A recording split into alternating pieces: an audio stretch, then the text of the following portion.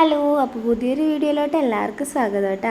ക്രിസ്മസും ന്യൂ ഇയറൊക്കെ കഴിഞ്ഞപ്പോഴത്തേക്കും പനിയും ജലദോഷമൊക്കെ സൗണ്ടൊക്കെ പോയിട്ടുണ്ടായിരുന്നു. അപ്പോൾ കുറച്ച് ലേറ്റ് ആയിട്ടുണ്ട് വീഡിയോസൊക്കെ ഇടാൻ വേണ്ടിയിട്ട്. അപ്പോൾ കുറേ നാൾക്ക് ശേഷം നമ്മൾ ഗുരുവായൂർക്കൊന്ന് തൊഴാൻ വേണ്ടി പോവാണ്.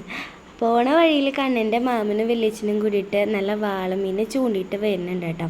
എപ്പോഴും നമ്മൾ ബൈക്കിലല്ലേ പോവാറ്. അപ്പോൾ ഇന്ന് ഞങ്ങൾ വിചാരിച്ചൊരു ചേഞ്ച് ആക്കാൻ ബസ്സിൽ പോകാമെന്ന്. അങ്ങനെ ബസ്സിലൊക്കെ കയറി നമ്മൾ നേരെ ഇറങ്ങണ പടിഞ്ഞാറേ നടയിലാണ് കേട്ടോ. ഇതാണ് അവിടെ പടിഞ്ഞാറേ നട. അങ്ങനെ നേരെ നമ്മൾ അമ്പലത്തിൻ്റെ കവാടത്തിലോട്ട് കടന്നു. നല്ല രീതിയിൽ അവിടെ പൂക്കളും കുരുത്തോലകളൊക്കെ കൊണ്ടിട്ട് നല്ലോണം അലങ്കരിച്ചിട്ടുണ്ട്. അപ്പോൾ ഇന്നൊരു വിശേഷപ്പെട്ടൊരു ദിവസമാണ്. അപ്പോൾ അതുകൊണ്ടാണ് നമ്മൾ വന്നത്. വേറെ എപ്പോഴും ബൈക്കിൽ വരുന്നതാണ് നമ്മൾ സാധനങ്ങളൊക്കെ ബൈക്കിലാണ് വെക്കാറ്. പക്ഷേ ഇന്ന് നമ്മൾ നേരെ ക്ലോക്ക് റൂമിൽ പോയിട്ടോ. അപ്പോൾ വിശേഷപ്പെട്ട ദിവസം എന്താണെന്ന് വെച്ചാൽ ജനുവരി 5 ഇടത്തരികത്തുകാവ് ദേവിയുടെ പിള്ളേര് താലപ്പൊലിയായിരുന്നു കേട്ടോ. അപ്പോൾ അമ്പലത്തിൻ്റെ ഒരു ഓവറോൾ ലുക്ക് ഇതാണ്.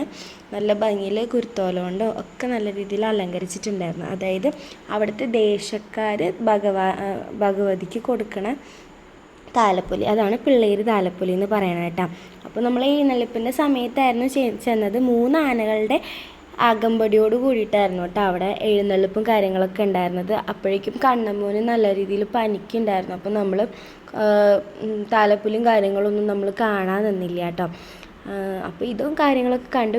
അതുപോലെ ദേവിനെ തിരിച്ചെഴുന്നള്ളിക്കുക പെരുവനം കുട്ടന്മാരുടെ മേളം അകമ്പടിയോട് കൂടിയിട്ടായിരിക്കും കേട്ടോ. നമ്മൾ അതും കാര്യങ്ങളൊന്നും കാണാൻ നിന്നില്ല. കാരണം കണ്ണിന് നല്ല രീതിയിൽ പനി കൂടി.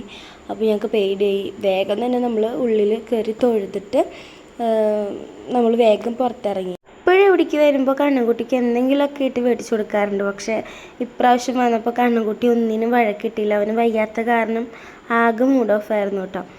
അപ്പോൾ ഞങ്ങളും വലുതായിട്ട് അവനൊന്നും വാങ്ങിക്കൊടുക്കാൻ നിന്നില്ല.